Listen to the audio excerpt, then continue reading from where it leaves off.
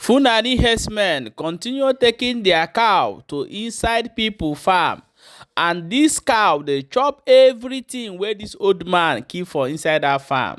And this old man don cry say na here he go eat for the rest of the years. He no know why this boy carry him cow enter this farm. The man don talk so say he go must buy am for inside him land o. Now the communities, everybody come outside, come dey tell the man say no, make him leave kala o, make him never shoot o, because if you don shoot na everywhere go red. Now the man say no, I go play you the video, make you watch, but this is not good.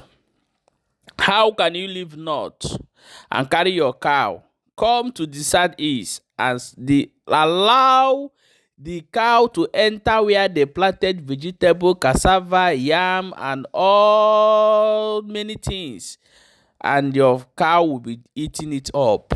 For what reason? Why can't you leave it in the north? Why are you bringing it to southeast?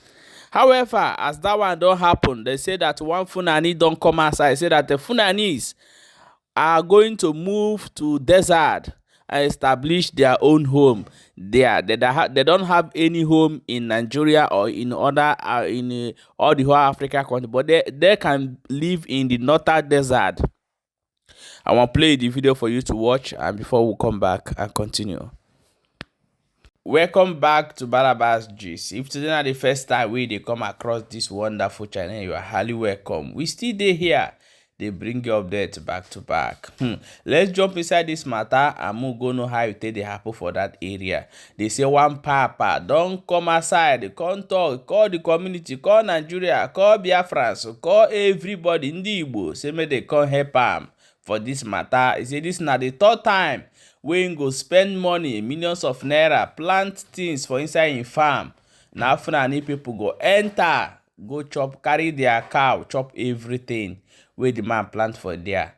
And as it be like this now, that man don't vessel, go carry kalao, say he must buy any Fulani where he see for a land again. I'll play the video, may you watch, and before we come back and continue.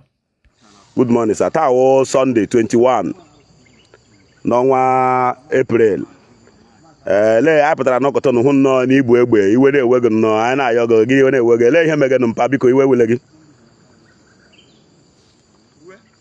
kwue kwue ọ dị mma ekele m gị good morning ụtọ awọkọtọ ndewo nna m anwụchile anọ m na nsogbu m nọ na ya o ọ dị ihe dị ibe afọ asaa gara aga. Okay. Nga usa na china ma bia mebisiri m akwu. Okay. Hapuga mgbada mmiri be feed uno. Aga ha akpụrụ ha na-aga. Ha na-atara ya ijite na achara.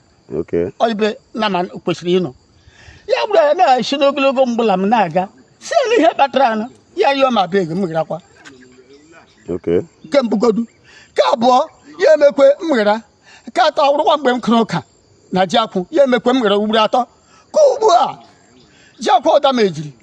Kitim ji ahapụ ya ihe m chọrọ my burial. Kitim ji alụ ya ji akwụ. Ji akwụ mebiri ugbu a ọ ga-atụkwasị obi so nga m bi na-eriri na condition m nọ. Ụlọ ọgwụ m gara abịara m Ụmụahịa nọ n'Ụmụahịa special hospital nọ 3 months. Ana eji ha ezigbo ahụ. Ji elo ọrịa abịara m awụ ihe a ga-anọ in public ekwu. Ọrịa abịara m na onye nwụrụ anwụ ka mma ka m ekwuo ho ha.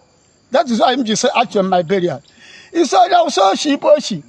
Ji akwụ m na nwunye m mara ma ji akwụ buru ji akwụ n'akụkụ ụlọ yo buru n'ibu site n'aka bafrum site n'aka bafrum na-aga bafrum ga mara mkpụmkpụ ya ụlọ ya ka anyị na-ahụ na ya n'akụkụ ụlọ ya site n'aka ụlọ m nwadị ji akwụ chukwu mere ebere enwere m mbere ala ga-eji ji akwụ buru ibu amama nno ji akwụ ma ji akwụ m na-agaghị ere 2 million naira Chineke gire mere ebe n'ala aga m ere 2 million.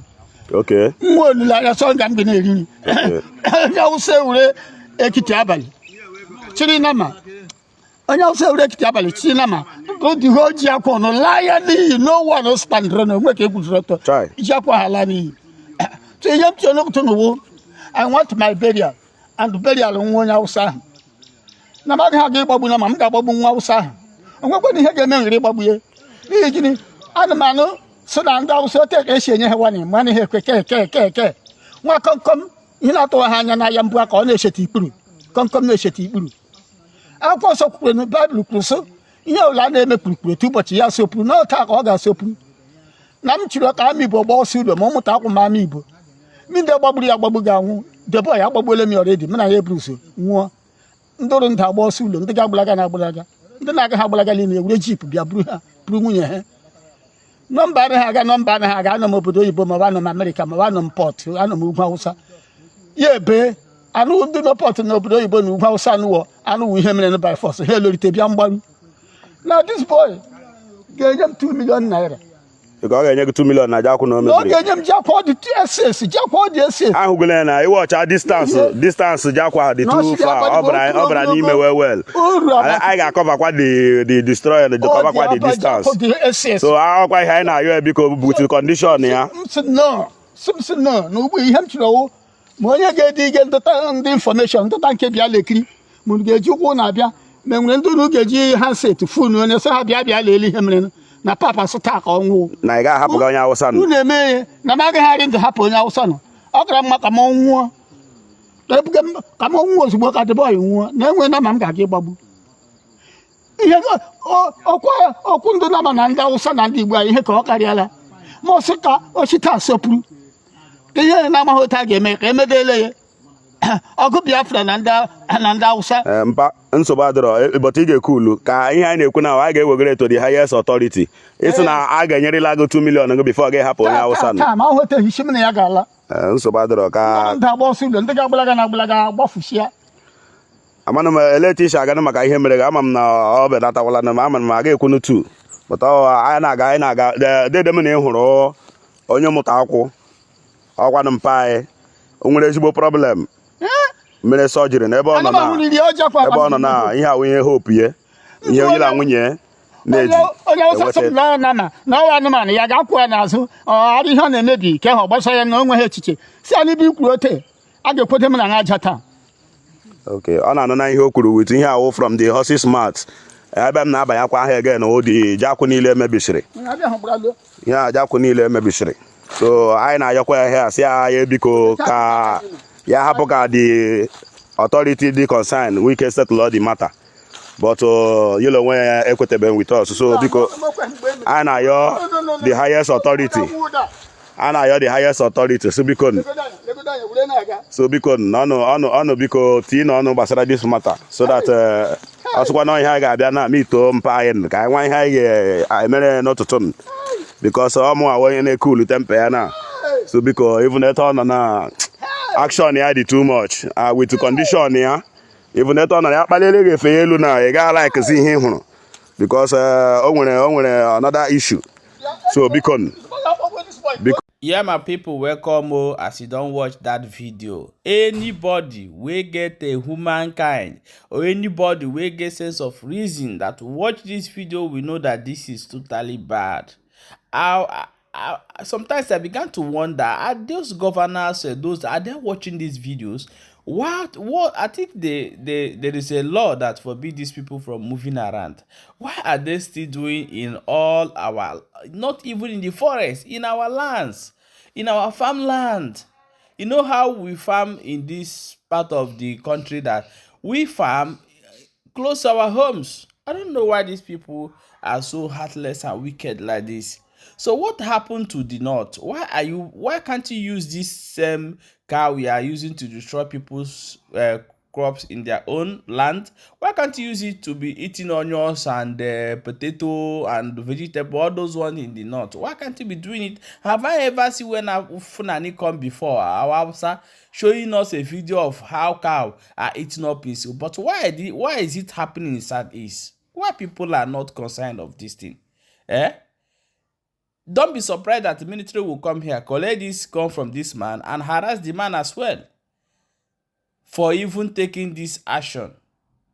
Let me play this video. Hear what this Fulani guy are telling his fellow Fulanis. Watch the video. Fulani people have no future in West Africa. Everyone knows this, but nobody wants to speak about it, so I will. Fulani people and other nomadic people of the Savannah Belt are not originally from West Africa. They are bullied, belittled, and humiliated locally by West African people who consider them as invaders. Therefore, Fulani people and other Semitic nomadic people face a two-front battle against white supremacy and also against black supremacy. In the cosmos, everything returns back to its original state, particularly now during the last days. Thus, over time, inshallah, we have to remigrate back to North Africa. Is it gonna be Morocco or Libya or all the way to Canaan? I don't know. We have to go back north. We can use desert technology that they use in Saudi Arabia and UAE and Qatar to make some part of the Sahara Desert green again so that cattle can live there. This would be a great opportunity for the Arabs to make money and also benefit from the oil in the Sahara Desert, greatly also benefiting other nomads like Fulani, Tuareg, Tubu, Bagara, Shua, and others. But guys, we have to return back north. It's destiny, in my opinion. Allahu alam. My people, share this video and drop your own opinion for inside comment section, because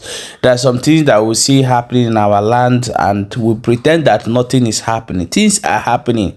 This has become 4th video inside this week that I bring up in this channel about Fulani eating up people's farm, destroying people's farm. So ESN are working, Biafra Army are working, everybody who are working to stop these things, they are working, but we need more work. Our land needs to be protected at all costs, because they are not eating up their own crop over in the north. Why are they eating the crops in this east? Because they want us to be out of food. They want us to be, you know, I don't know what is going on. Are these governors, are they reasoning at all? Are they not reasoning? In this hard economy, everything is going up. Everybody are returning to farmers so that whatever you harvest in your land, you can eat it tomorrow to survive. And then they will not turn back now to use cow to destroy the farms of the people, and this is not good, totally not good. So I want you to share the video and drop your own opinion, and make sure you follow this channel for more updates as it is hot.